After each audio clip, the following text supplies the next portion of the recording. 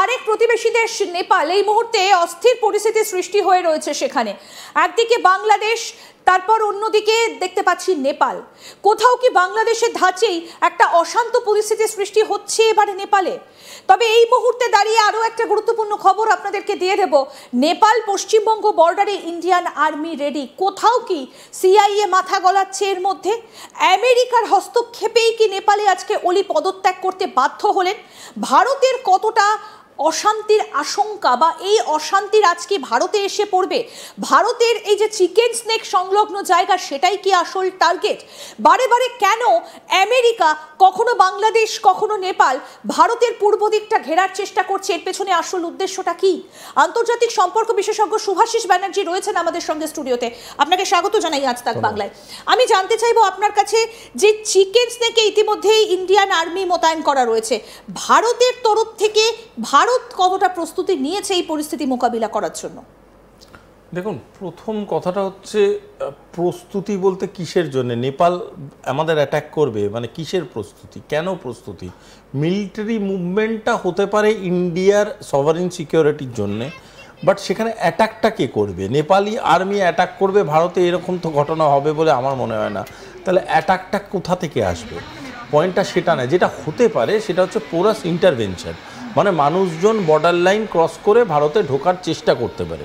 সেই জন্য একটা প্রস্তুতি, যদি সেটা হয়, হ্যাঁ সেটা তো হওয়াটা স্বাভাবিক, কারণ একটা দেশের গভর্নমেন্ট পড়ে গেছে এবং সেই দেশের গভর্নমেন্ট পড়ে গেছে বলে সেই দেশটা টালমাটাল পরিস্থিতির মধ্যে দিয়ে যাচ্ছে, এবং এই টালমাটাল পরিস্থিতিটা এতটাই ভয়ঙ্কর একটা শেপ নিয়েছে যে সেই দেশের মানুষজন এতটাই উত্তাল হয়ে গেছে, সো কল্ড ন্যারেটিভটা হচ্ছে এতটাই উত্তাল হয়ে গেছে যে তারা গিয়ে অন্য ভেঙে ভাঙচুর করতে শুরু করে দিয়েছে।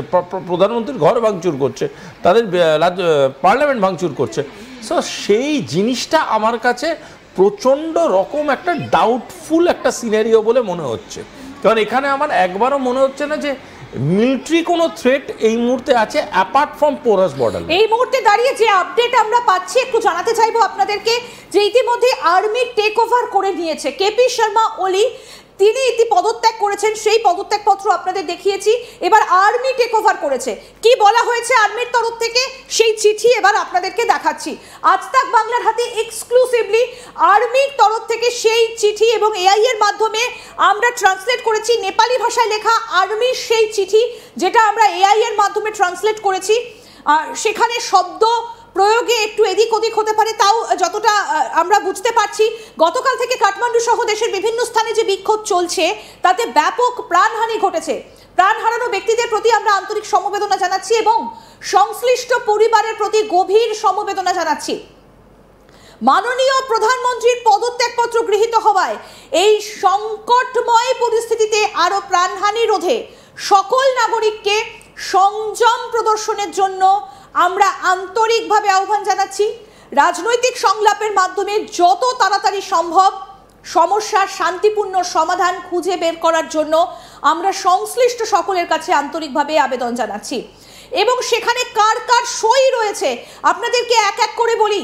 প্রথমে রয়েছে নেপাল সরকারের মুখ্য সচিব এক নারায়ণ আরিয়াল, তারপরে রয়েছেন অশোক রাজ সিন্ডেল সেনাপ্রধান নেপাল সেনাবাহিনীর। এবং একটা প্রশ্ন, ইনি কি তাহলে শেষ পর্যন্ত দায়িত্ব নেবেন, সেই প্রশ্নটাও কিন্তু উঠে আসছে। এবং কেন উনি দায়িত্ব নিতে পারেন সেনাপ্রধান, আর্মি ইন চিফ, সেটাও কিন্তু প্রশ্নের মধ্যে উঠে আসছে। এরপরে নেপাল সরকারের স্বরাষ্ট্র সচিব গোকনমণি দুয়াদি, তারপরে সশস্ত্র পুলিশ বাহিনীর inspector general Raju Arial, inspector general, তারপরে রয়েছেন মহাপরিদর্শক নেপাল পুলিশের চন্দ্র কুবের খাপুং, হুতরাজ থাপা প্রধান গবেষণা পরিচালক জাতীয় গবেষণা বিভাগ, তাদের চিঠি রয়েছে। তাহলে কি আর্মি এবার টেক ওভার করার পর দায়িত্ব, মানে পরবর্তী প্রধানমন্ত্রীর দায়িত্ব কে নেবেন? এই রকমই একটা চিঠি আমরা দেখেছিলাম বাংলাদেশের তরফ থেকেও কিন্তু উঠে এসেছিল যখন শেখ হাসিনা দেশ ছেড়েছিলেন, এবং সেই ছবিটাও তখনও কিন্তু বলা হয়েছিল যে রাজনৈতিক সংলাপ, এবং সেই ভোট আজও হয়নি। এবং যখন মোহাম্মদ ইউনূস দায়িত্ব নিয়েছিলেন তিনি বলেছিলেন যে যত দ্রুত সম্ভব তিনি নির্বাচন করাবেন বাংলাদেশে। 1 বছর হয়ে গিয়েছে, এখনো বাংলাদেশে নির্বাচনও হয়নি। সেনাবাহিনীও কিন্তু আমরা দেখছি যে দেশ সেনাবাহিনীও কিন্তু সেখানে পুরোপুরি দেশের দায়িত্ব নেয়নি এবং সেখানে উপদেষ্টা সরকার বসানো হয়েছে। এবং আমরা এই মুহূর্তে দেখতে পাচ্ছি কেপি শর্মা ওলি তিনি হেলিকপ্টারে উঠছেন, দেশ ছাড়ছেন, সেই সেনার চিঠি। আমি শুভাশিস আপনার কাছে জানতে চাইবো এনার গন্তব্য কোথায়, ইনিও কি সেই দিল্লিতে আশ্রয় নেবেন? দুবাই সম্ভবত যাচ্ছেন, সম্ভবত দুবাই যাচ্ছেন চিকিৎসার কারণে, এটা অফিসিয়ালি বলা হয়েছে। এবং ভারতবর্ষে এসছে বা আসছে এটা তো যতক্ষণ না ভারত সরকার এরকম কোনো ডিক্লারেশন দিচ্ছে কারোর ব্যাপারে কিছু এরকম বলা যায় না। কিন্তু দ্বিতীয় জিনিসটা হচ্ছে যে এই যে চিঠিটার মধ্যে যে রাজনৈতিক সংলাপের কথাটা লিখেছে, যেটা নিয়ে আপনি বললেন, বাংলাদেশের ক্ষেত্রেও এই কথাটা লেখা হয়েছিল, পলিটিক্যাল সলিউশন, যে কথাটা আমরা বারংবার উচ্চারণ করি এই শোতে।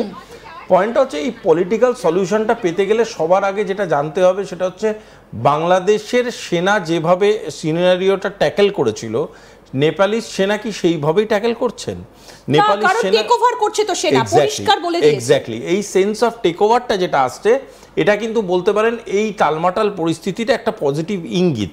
কারণ একটা দায়িত্বপূর্ণ যারা আছেন তারা যদি টেক ওভার করেন, টেক ওভার করিয়ে রাজনৈতিক সলিউশন বা পলিটিক্যাল সলিউশনের কথা বলছে, this is good for Nepal. দেখুন, একটা সরকারের প্রতি মানুষজনের ক্ষোভ থাকতেই পারে, কিন্তু সেই ক্ষোভটার বহিঃপ্রকাশ যদি এইভাবে ঘটে, এইভাবে ভায়োলেন্টলি ঘটে, সেটা কোনোদিনই মেনে নেওয়া যায় না। সেটা কিন্তু একটা সিভিল মাইন্ডসেট।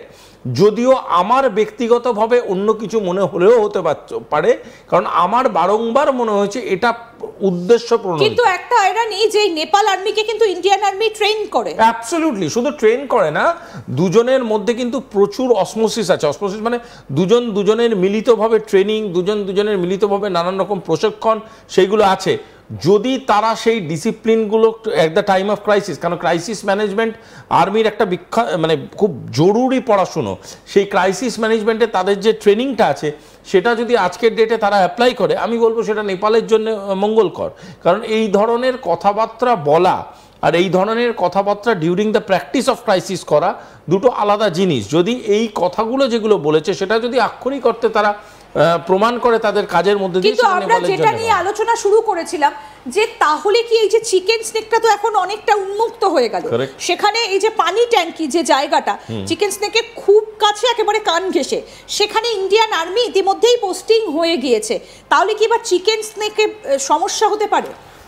না, আমি তোমাকে এই কথাটাই বারংবার বলছি, এই সমস্যার বহু টাইপ হতে পারে। তো সমস্যা কত রকমের সমস্যা হতে পারে। প্রথম কথাটা বুঝতে হবে, পোরাস বর্ডার লাইন দিয়ে নেপালের মানুষ যদি উত্তেজিত হয়ে বর্ডার ক্রস করতে চায় বা কোনো ইললিগ্যাল ক্রসিং হয় বা কোনো যেটা আমরা বলি নন কনভেনশনাল যদি কোনো অ্যাক্টার্সরা ক্রস করতে চায়, that can be a dangerous thing. But